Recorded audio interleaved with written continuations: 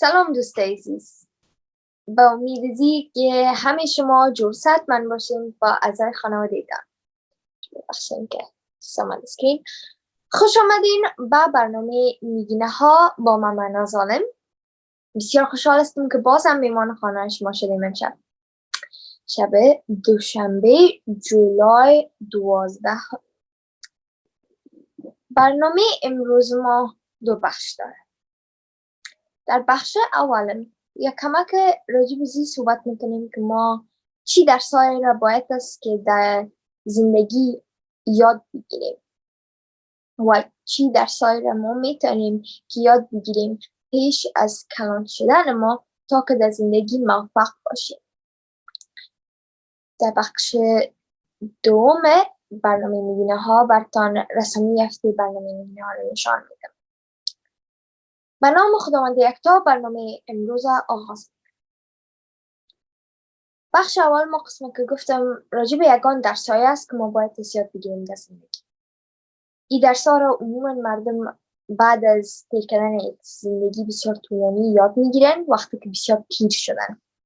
خوبتر است که ما این درس‌ها را در نوجوانی و جوانی یاد بگیریم تا که در زندگی موفق، خوش و صحتمند باشیم. خب 4 درس امریکن شریک میسازم. البته من بسیار زیاد کوتاه راجع به هر موضوع صحبت میکنم و تصمیم دارم که راجع به هر درس که من امریکن شریک میسازم در این برنامه در آینده یک پروگرام خاص داشته باشم. مثلا 4 چیز من امریکن شریک میسازم، باز 4 برنامه می داشته باشم در آینده که راجع به هر موضوع صحبت میکنم. خب اولین درس، پول تمام مشکلات ما را حل نمیکنه و بهترین چیز به دنیا نیست. پول یک چیز با ارزش است، اما به اندازه با ارزش نیست که ما پول دوست شویم و به یک اندازه پول دوست داشته باشیم که فامیل از یاد ما بره، رابطه‌ای که همراه دوستای خود داریم از یاد ما بره و کل چیزهای دیگه زندگی که بسیار مهم است از یاد ما بره. با پول ما میتونیم که زیاد چیزا رو به دست بیاریم، ضرورتهای خود رو به دست بیاریم، میتونیم سودا بخریم، میتونیم کالا بخریم برای خود، میتونیم که کرایه خانه خود همش پرداخت کنیم و میتونیم که چیزایی که میخوایم با پول بگیریم و با پول به دست بیاریم. اما تمام مشکلات ما را پول حل نمیکنه. یک تعداد از مردم میبینیم که در زندگی بسیار خوش هستند و اقدر پول ندارن، یعنی میدل کلاس هستن یا قدر زیاد پول ندارن که پولدار گفته شوند، اما ما بسیار خوش هستن در زندگی. حتی یگان غریبه که میبینیم بسیار خوش هستن در زندگی. چرا؟ چون و شکرگزار هستن و از بر چیز خود شکر میکنن و میفهمن که اما که دارن این قسم که زندگیشان پیش میره خب حتما برای خیرشان است. باز یک تعداد دیگه مردم میبینیم که بسیار پولدار هستن، هر چیزی که میخواین به دست میارن، اما در زندگی خوش نیستن چون و شکرگزار نیستن و به هر چیز خود شکر نمیکنن و اونمو شخصای بسیار پولدار بسیار مغرور میشن بعد از پولدار شدن. وقتی که یک کس پولدار میشه فامیل از یادش میره، دوست از یادش میره، حتی انسانیت یگان وقت از یادش میره. یک تعداد از نفرهای پولداره که ما مقصایش خوندیم از یک کس مثلا کمک خواسته و وقتی که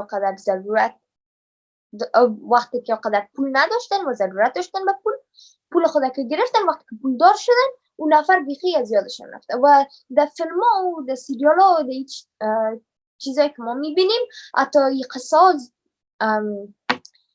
تشریح میشه و نشان داده میشه که مثلا در فیلم یک کس هست که اقدر پیسه نداره، باز از یک کس پولدار پیسه که میخواه او که پولدار شد، دو نفر پولدار که غریب شد با زور کمک نمیکنن. یعنی پول ما را از انسانیت دور نگاه میکنه. وقتی که زیاد پول دوست شویم و مغرور شویم، اگرچه که با پول ما میتونیم یک خانه خوبش به دست بیاریم، میتونیم که یک موتر خوبش بخریم، میتونیم که بهترین کالا را داشته باشیم، گوچی و لوئیس ویتون هر چی که هست. با پول ما نمیتونیم که خوشی را بخریم، نمیتونیم که دوست بخریم، نمیتونیم رابطه های شکسته را پس جور کنیم، نمیتونیم که رابطه های مادری و پدری که یگان شخصای پولدار تا از مادر پدر خود تیر هستن تا که پولدار شون و دقسی مادر پدر خود نیستن، با پول نمیتونن که مادر پدر خود به دست بیارن و نمیتونیم که استعداد به دست بیاریم با پول، نمیتونیم که عشق به دست بیاریم با پول. حالا من نمیخوایم راجع به گپ بزنم، اما خوب خیر، اما تو مثال براتون میگم. امروز پول غیر ضرورت های خود و چیزایی که خوش داریم من نمیتونیم بدست، چیز دیگه نمیتونیم بدست بیاریم و مو خاطر پول تمام مشکلات ما را حل نمیکنه. و یک چیز دیگه هم است، با پول ما نمیتونیم صحت خود بدست بیاریم. هزارها میلیونر هستن که میلیون و بیلیون دلار دارن اما صحت ندارن. حالا تو چی کنی قدر پیسه رو وقتی که صحت نداشته باشی، وقتی که نتونی از اینمی حالت پول دار بودنت لذت ببری، چی فایده؟ خب دومین درس که امروز جدید میسازم که باید از یاد بگیریم ایست که هر کس را خوش ساختن نمیتونیم. هر انسان یک نظر داره و ما باید از به نظرش احترام کنیم، اما تو که دیگرها به نظر ما احترام میکنن. بعضی شخصا تو را خوش میکنن، بعضی شخصا خوشت نمیکنن، بعضی شخصا امریتان هم نظر میباشن همیشه، بعضی شخصا میباشن که هیچ امریتان هم نظر نمیباشن و این کاملا نورمال است.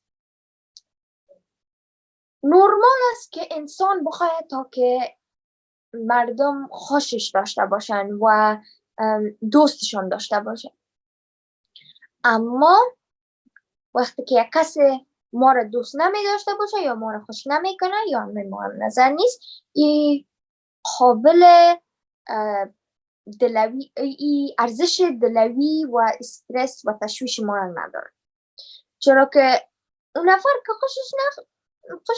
خوشش نمدیم دیگه بانش برایش هم تو بانش. کوشش کنین که امرای نفرایی که شما را زیاد تشویق میکنن و امرای شما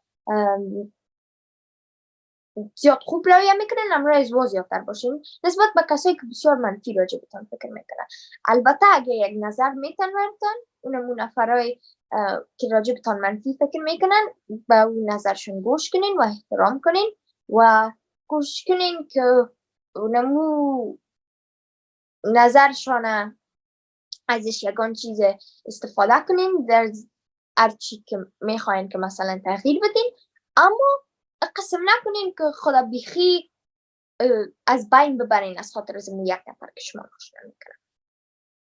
شما وا را احترام کنین تا که وا بشرمن، از خاطر که وقتی که یک کس امرای ما خوب رویه نمیکنه باز ما امرایشان خوب رویه میکنیم و میشرمن که والا ما چرا امرای زی نفر قدر بد رویه میکنم، گفت که یک سر خوبتر رویه میکنم.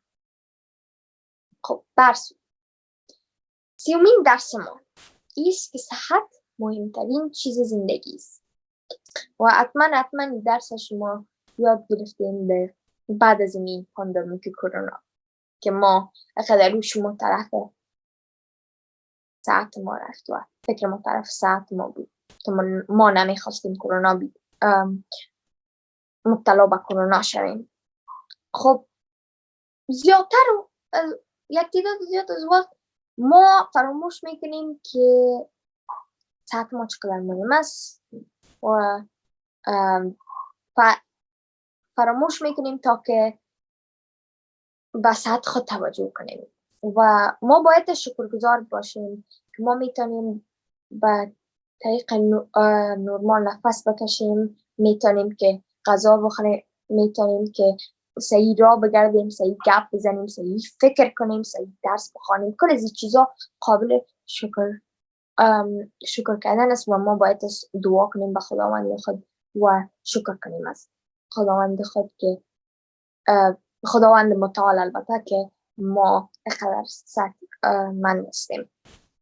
ما باید که همیشه توجه کنیم به سطح خود.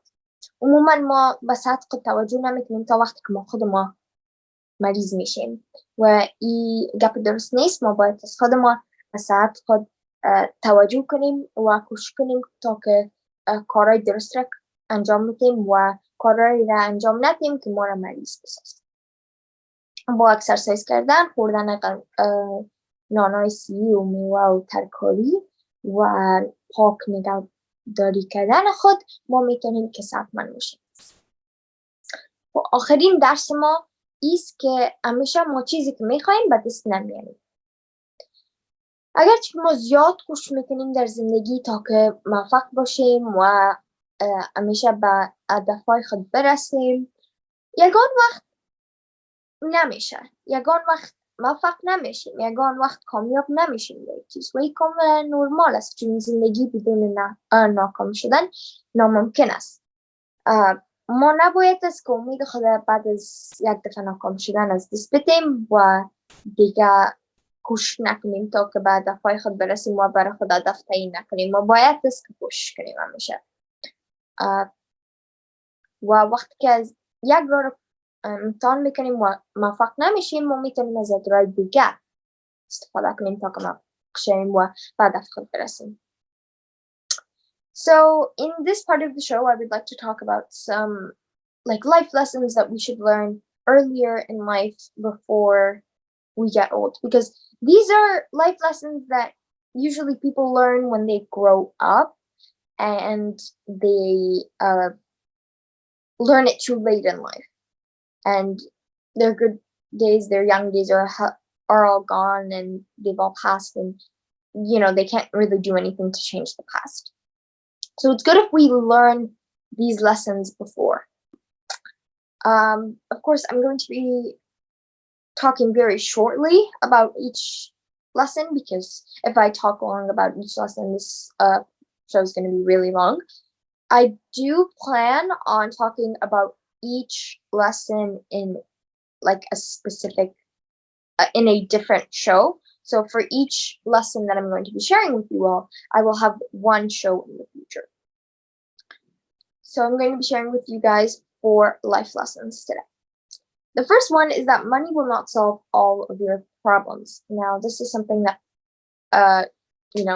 it's very important and many people misunderstand.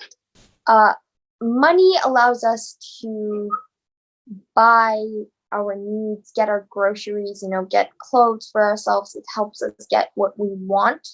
For example, if we see a nice bag in the store, we can buy it with money. But it doesn't solve all of our problems. And usually with very rich people, we see that they are very selfish and they won't give to the poor.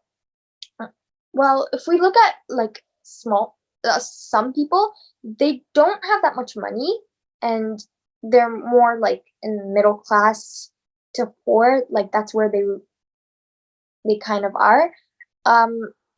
They're actually really happy in life. But if we think of another group of people, they're very rich in life, but they got everything they want. They have the best cars, the best shoes, all of that stuff, but they're not that happy in life. The thing is that the group of people that don't have that much money, they are very grateful and they always know that, whatever I'm given is for the best. And Allah subhanahu wa ta'ala knows the best. While the rich people, they are very selfish and they aren't grateful in life. And that's why they're sad and the rich people are sad and the poor-ish people are happy. Money may be able to get you the coolest car, the Lamborghini of your dreams, or the coolest shoes or clothes or bag or whatever, but it doesn't give you love. You can't get love with it. You can't get happiness. You can't get knowledge. You can't get friends. You can't fix broken relationships. You can't even fix like a child and parent bond that you used to have. Because usually when people get really rich, they forget about their parents, and their relationship with their parents really drops, and like they aren't in contact with their parents, and their parents aren't happy with them. So another thing is that when we get rich, we usually forget about the people that help us. And this is completely normal, but it's not good. And this is a very big problem with the rich. Usually when they're not rich, they're asking help from someone. And when that person helps them, they're happy with that person. But when they get rich, they completely forget that person. And we've seen this story displayed many ways in shows and movies and all that stuff. And it's completely true. And it's not a good thing. We should never forget the people that help us. All right. The other thing I wanted to say is that money won't give you your health back. Usually, when people get rich, they completely forget about their health. They're just enjoying the life. And sooner or later, they are going to completely lose their health. And by this, I mean they're not going to be healthy and they're going to be very sick. And that leads to them having no fun in life.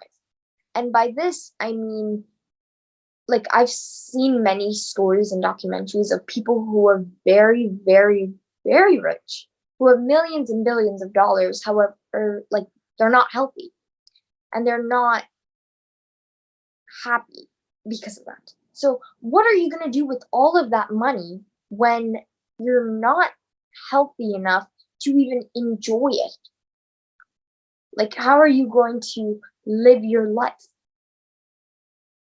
in happiness? So the other thing about money is that it won't give you health. The second lesson that I want to tell you guys that we should learn early in life is that we can't please everyone, and that's completely normal. Every person has a different opinion, and we should respect their opinion. And if they don't like you, it's completely fine. It's normal, and it's not something that we should stress so much about in life. It's not worth our stress and our us being sad. It's normal. Some people may like you, some people may not. Some people might agree with you, some people may not. It's completely normal.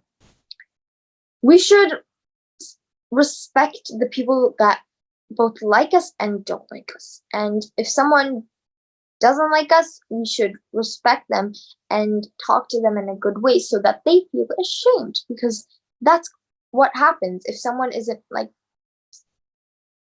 being good with you and isn't treating you well. If you talk nicely to them and you treat them well, they are going to feel ashamed that, man, I shouldn't have talked with that person that way. Anyways, the third lesson is that health is the most important thing in our lives. We usually forget about how important our health is, and we forget to be grateful for being able to walk properly, eat properly, sleep properly, talk properly, think properly, and being able to study and go to school. We also we learned a lot about health, in my opinion, during this pandemic, because we started paying more attention to our health, that we shouldn't get COVID, we should be healthy, blah blah blah blah.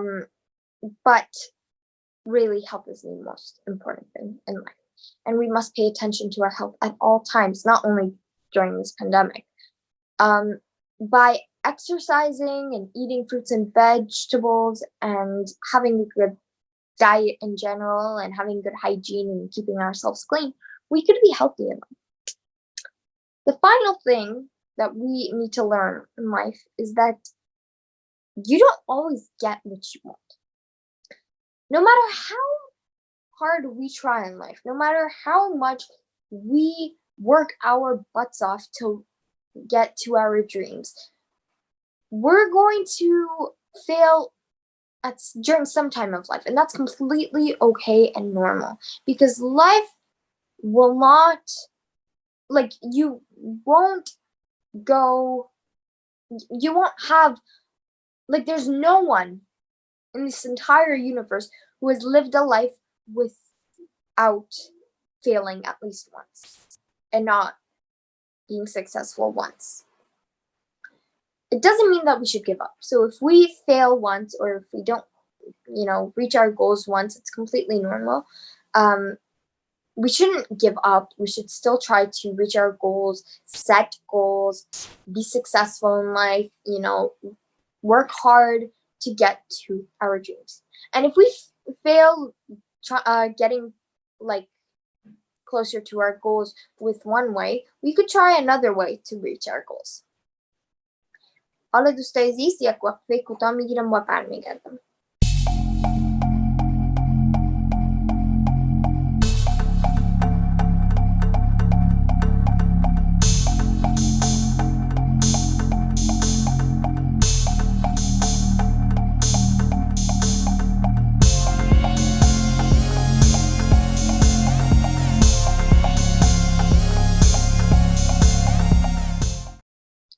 برگشتیم از وقفه دوستای عزیز و در این بخش میخواستیم که رسمیتی برنامه نگینه را براتان نشان بدم و این هفته یک شاپرک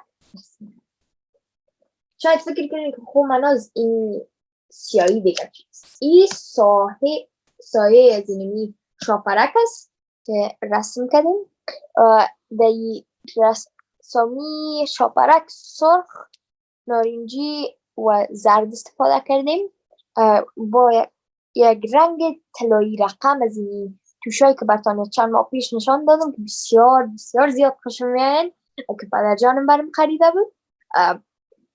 کمک از رنگ طلایی هم استفاده کردیم به این جایش که امر نارنجی گد است. خب این دورش هم سیاه کردیم. در انگلیسی این شاپرک به نام مانارک باترفلای میشناسن، اما من نمیفهمم که دری نام از این شاپرک چی است. اگر خوشتان آمد رسمی هفته برنامه نگینه ها لطفا لایک کنید در صفحه اینستاگرام و فیسبوک. بسیار تشکر از عزیزایی که همیشه لایک میکنن عکسای که من نشه. So this is the Neginaha drawing of the week. Oops, you can't see it. It's a monarch butterfly with, like, you might be wondering what the black stuff is here. It's actually its shadow. If you like this drawing, please like it on our Neginaha Instagram and Facebook page. So I used the Ohuhu markers that my father got me, and I love those markers so much. So I used red, orange, and yellow, and then I used a little bit of a gold color where the orange and the yellow blend. Anyways, that's the drawing.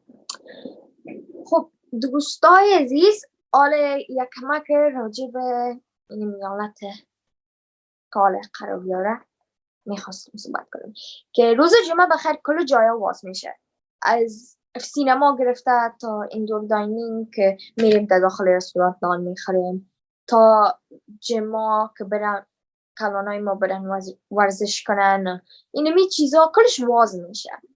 و من میخواستم که نظر خود هم راجع به اینمی موضوع امرتان شریک بسازم. نمیفهم که شما امرای ما هم نظر هستین یا نه، اما پناه به خدا دیگه به نظر من کل جای نباید دیستیواز شود، از خاطر که نمره در بین 100 و 200 است دیمی چند دفته و من فکر میکنم که تا که کرونا نمرهش 0 نشه نباید هیچ جای واز شود به شمول مکتب و این شاید ناممکن باشه تا یک چند ماه دیگه، اما به نظر من هیچ جای نباید واز شود، مخصوصا حالا که هفته بعد بخیر عید است و هفته بعد برنامه ما در خیلی مرفه برابر میشه شب عرفه دیگه. نمیفهمم که چی میشه. به نظر من حالا که کل جای واز کردن مردم اجازه میتن تا که یک جای شوند تا 25 نفر در داخل. البته من فکر میکنم که اینمی مسلمان ها و کسایی که از اید تجلیل میکنن از این استفاده میکنن از این فرصت تا که یک جای شوند با فامیل خود و تجلیل کنن ایده و بعد از این نمرای کرونا بسیار بالا میره و مکتب نمیتونن باز کنن. از این خاطر من فکر میکنم که کل جای باید بسته شد، با شمول مال و کل جای دیگه که باز شده. خب خیلی این دیگه نظرم است، نمیفهم که شما هم نظر استین یا نه، اما من فکر میکنم که کل جای باید بسته شد.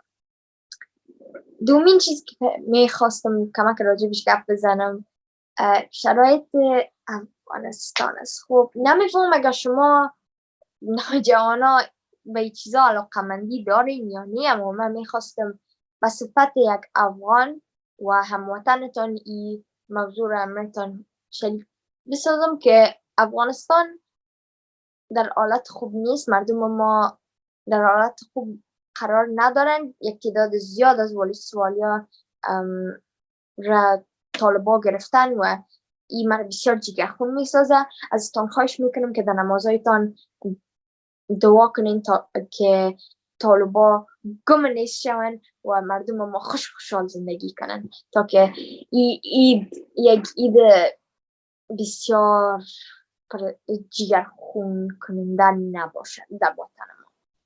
البته در عید فطر اگرچه که طالبا آتش بس کردن، یک دو روز بعدش و خیلی که مسجد انفجار دادن و اون مرا بسیار جگرخون ساخت.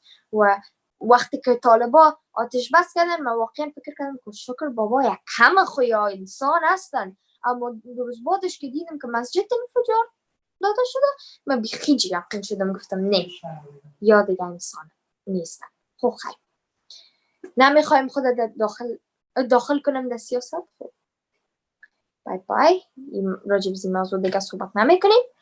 خدا کنه برنامه یه ما خوشتان آمده باشه. لطفاً برنامه نگینه‌ها را هر دوشنبه شب ساعت 6 بجه از طریق تلویزیون جهانی امید 24 فراموش نکنین و فراموش نکنین که میتونین که برنامه‌های لایو زیبای تلویزیون جهانی امید 24 از طریق وبسایت ما umeedtv24.com بینین در باشین و ببینین. خب خیلی هفته بعد بخیر برنامه در شب عرفه برابر میشه فکر میکنم و من بسیار هیجانی هستم.